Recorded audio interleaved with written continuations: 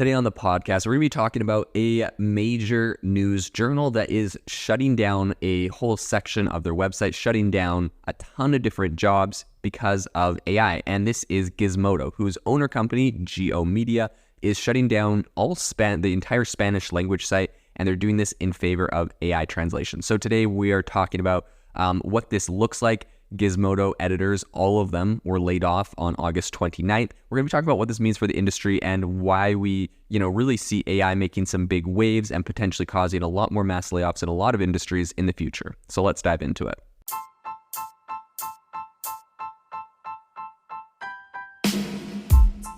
Welcome to the AI Chat Podcast. I'm your host, Jaden Schaefer.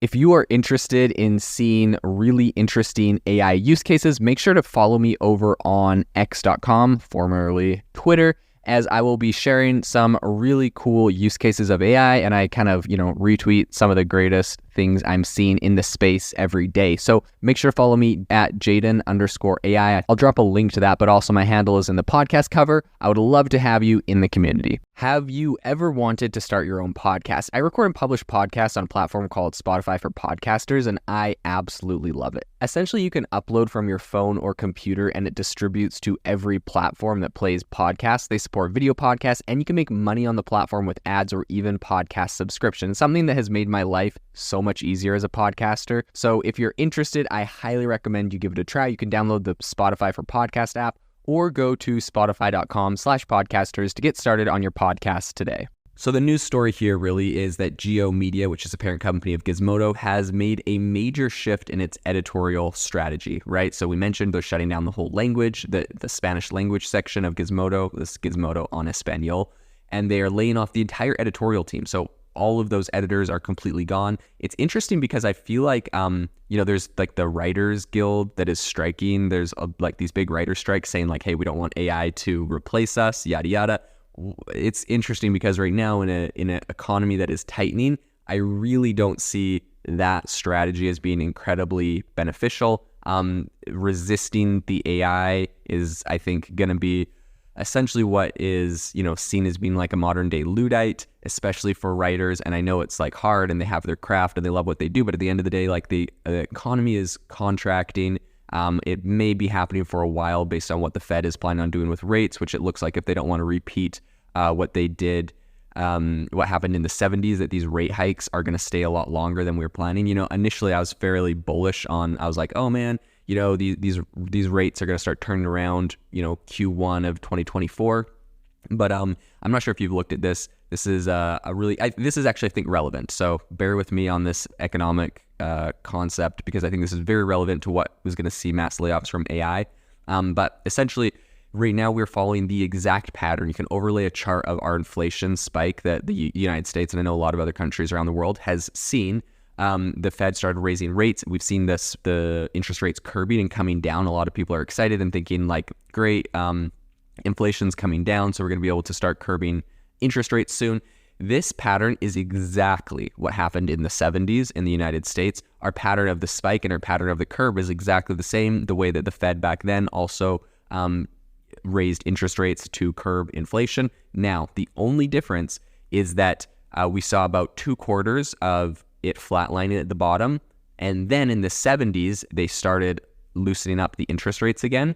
And all of a sudden, the interest rates spiked twice as high as the previous bounce. So pretty much the peak of our inflation that we saw a number of months ago, double that is what they saw in the 70s. And it took a very long time. It was very hard for them to fight it back down. So all of this to say the Federal Reserve does not want to repeat what happened in the 70s. If they start loosening up interest rates, Q1 of 2024, I believe we're going to see that runaway inflation again. And they know that, or at least historically speaking, that's like our precedent to follow. And so due to that, I really don't think that we're going to see interest rates. Like, I'm not sure if they raise or they flatline, they'd stop raising rates or they freeze them, but they're definitely not lowering rates for, I think, at least 1 to 2 years. I know it sounds crazy, but quote me on that. In any case, I think that's relevant because that inevitably, those higher rates is very difficult for companies to survive. They can't get the debt that they need, essentially. The debt becomes very expensive that they have to take on. And because of that, it's going to lead to a lot of layoffs due to, I think what the solution is going to be is you can't raise money to run your company, or you can't, raise funds at low enough interest rates. So essentially you're going to have to become a more lean company. You do that by laying off workers or cutting other costs. But one of the most obvious ways to cut costs is to replace workers with AI in ways that AI can do it. So you're seeing this from Gizmodo right now. The entire Spanish editorial team has completely been laid off. They're just going to use AI to replace them. And I know a lot of people are going to criticize that, saying like, oh man, like this is really bad.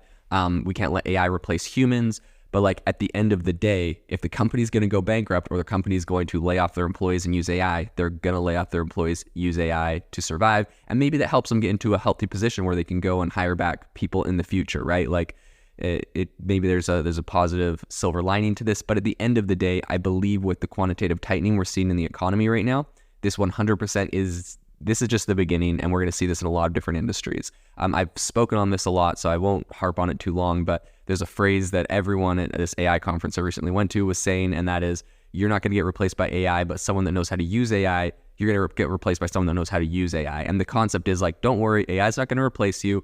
People that are really good with AI will, so you become the person that's really good with AI, you won't get replaced. Okay, I actually think a lot of people are just going to get replaced by AI, whether you know how to use chat, whether these Spanish editorial team knew how to use ChatGPT or not, they all got completely replaced by AI. So not to say, don't learn AI. I think you can learn AI, but inevitably a lot of jobs will go away. And the only way to protect yourself still is to learn AI, but you might be removed from your company, but you'll find another company, become an expert at AI, and it's your best bet to have long-term stability. But I really do believe AI is going to have a lot of mass layoffs. Now, what does that look like in the future? Do we have to do universal basic income? Is everyone going to be unemployed? Is everyone going to become entrepreneurs and be forced to start their own companies? Or are we just going to see a trickle-down approach where people from a lot of the biggest firms are getting laid off, moving to smaller companies, right? And actually, if you think about it, in the last couple of years, specifically 2021, when the market was super frothy, there was tons of money. It was actually really, really hard for startups. I specifically was in the startup space running a software company, and it was very hard to entice my CTO or some of my top engineers. They're working part-time for us on the project. It was really hard to get them to want to commit to our startup full-time because they had these massive, super juicy salaries over at these Fortune 500 companies that they were working at, and getting them to try to come and work in our startup was super hard. So I actually think that there is a silver lining in the sense that with a lot of these Fortune 500 companies kind of tightening their belt and we're seeing these kind of layoffs, now a lot of those people that are being laid off, they have the opportunity, startups will have the opportunity to hire some of these really talented developers that they were not able to get to before. And I know you can have empathy for the developers because they're getting laid off from a big company. But I think overall, for the overall economy, the overall GDP, a lot of where GDP is created and a lot of where, the economy is grown is in startups. It's in new companies and new innovations. And so having a system like this that is cutting the fat, I think it's really healthy for the economy. Developers and really talented people will be able to work in smaller companies. But when you have, more talent, think about it. There's so much bureaucracy in some of these big companies. And I know a lot of listeners come from big companies. So I'm not 100% bagging on it, but you all know what I'm talking about with bureaucracy.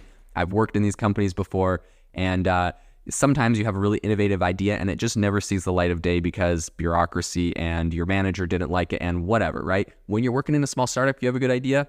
A lot of times you're able to just run with it. You're able to do it, or you do it yourself, and you can make some really creative, innovative things that did not exist before happen. So I do think that we're going to see mass layoffs from a lot of companies. I think we're going to see some big shifts there, but I think that it's actually going to be these top companies and a lot of the engineers will trickle down, and we'll see a lot of innovation. A lot of growth will happen in the economy because of it. I think it's healthy.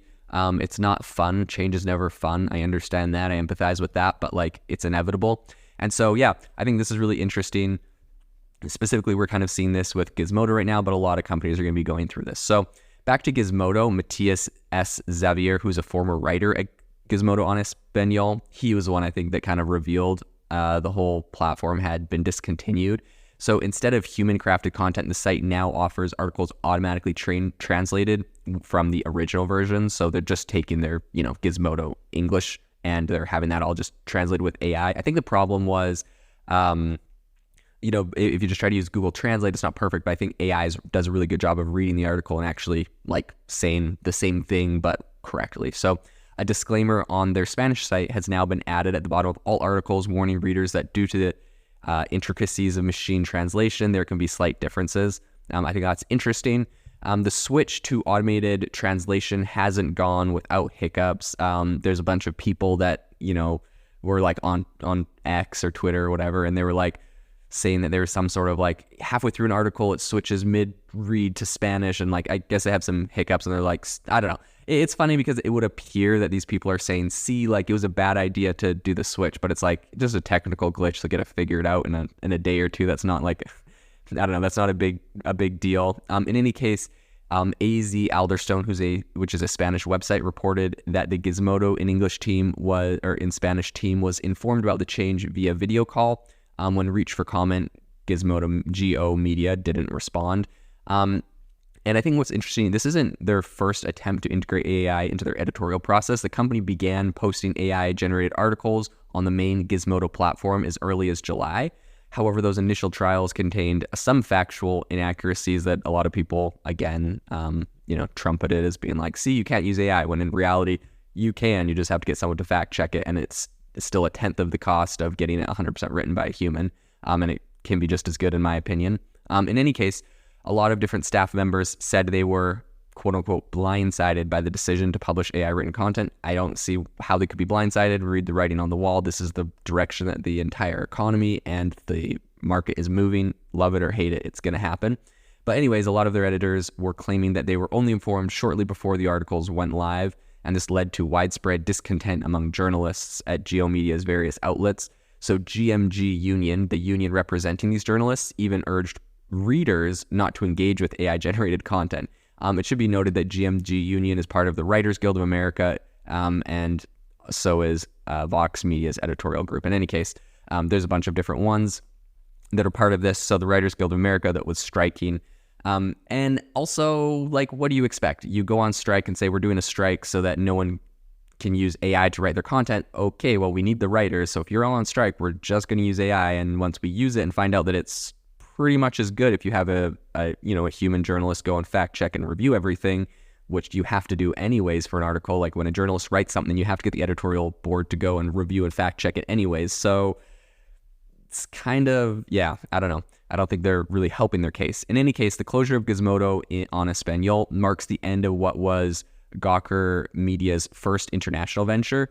Gawker now, which is now defunct, had acquired the site gonna be in 2012 to launch the Spanish language platform. I'm not sure why they did that. They should have just launched it without having to buy another company that they then changed the name, whatever. I guess they wanted the journalists or the team, so okay, makes sense. As media organizations kind of continue to look at AI-driven journalism, GO Media's recent decision will certainly have a lot of controversy, I think, about ethical implications, accuracy, and whatever. And there's a lot of different complaints people have about this, but my opinion. I've explained it well on this podcast. This is the direction of the economy, and so companies are going to do this, love it or hate it. This is what's happening. And the other thing is, originally, like, just think about this. This is just what I want to leave you with, is originally they did some AI written content on the English one, and they're like, we're not replacing journalists. We're just like, okay, so we saw this from CNET earlier this year, and it also got a lot of criticism. And of course, where does the criticism come from? The criticism usually comes from journalists. Why are journalists criticizing this? Obviously, there's a bias to this. So also take that with a grain of salt, the criticism. But CNET did the same thing earlier this year where they did some AI art generated content. There was some like math in there because they were doing an article about like interest rates. And the math, of course, by ChatGPT isn't perfect, so the math was wrong, and then everyone said, see, look, AI is bad, it got the math wrong on the interest rates. Okay, so the whole article's like information, though, was perfectly sound. So all of the information on that article, perfectly sound. They could just have like a journalist go in and correct all of the math so that the interest rate, the amortization table pretty much on the article is correct, whatever. And then once that's done, the article would be a perfectly great article. In any case, they started doing that AI content. They got criticism by journalists, of course, because it's replacing journalists. And I think what's interesting here is just the fact that if your company is starting to replace you in a small way with AI, and they're like, don't worry, it's just like a small thing. Okay, well, that's what Gizmodo was saying. And just because, like, because the entire Spanish side of Gizmodo has been shut down, I think the English editors really need to be looking at what they're doing. Now, do I think that Gizmodo is going to shut down all their English editors? No. But what I do think is that their English editors really do need to start leveraging AI to help them write their articles. I know that it's a craft and AI could never possibly do it as good as you, but actually it could, because you know what you can do? You can literally take 5 articles you've written, post them into ChatGPT and say, based off of these, and not specifically ChatGPT because of the context window, but you get the idea. You could use an API. There's lots of ways you could do this. You could train your own model on your own self. I think that would be really smart. If I was a journalist, I would have an AI model trained on myself. Anyways, this is my exact style. This is how I write articles. This is my type of content. And then based off of that, you can give it all the facts for your new article, all of the information, the interviews, the quotes you've done, paste it all in there and say, write me a thing, bada bing, bada boom, it's going to do it. You could probably put out 10 times as many articles. Now, if you put out 10 times as many articles, there's no way I think that your employer, after seeing a 10x increase in productivity, would probably cut you. Like, at the end of the day, you will, like, Gizmodo's gonna need journalists and editors to, number one, review everything written by AI, and number two, put together the content, right? Because AI isn't gonna go out and do interviews. AI isn't gonna go out in the field and do, investigative journalism. So there's all of the data gathering aspect that I think journalists are still needed for. Data gathering and then fact checking after the fact, but putting the article together itself, 100%, I think you got to start leveraging AI if you want to be relevant. And this isn't just for journalists. This is your company blog. This is your company's social media. This is anyone working in any field. Just like use AI to augment yourself and get embedded in the process. This episode is brought to you by Shopify. Forget the frustration of picking commerce platforms when you switch your business to Shopify, the global commerce platform that supercharges your selling wherever you sell. With Shopify, you'll harness the same intuitive features, trusted apps, and powerful analytics used by the world's leading brands. Sign up today for your $1 per month trial period at shopify.com/tech, all lowercase. That's shopify.com/tech. TIAA is on a mission. Why? Because 54% of Black Americans don't have enough savings to retire. So in collaboration with big-name artists like Wyclef Jean, TIAA released Paper Right, new music inspiring a new financial future. With 100% of streaming sales going to a nonprofit that teaches students how to invest. Stream Paper Right now and help close the gap.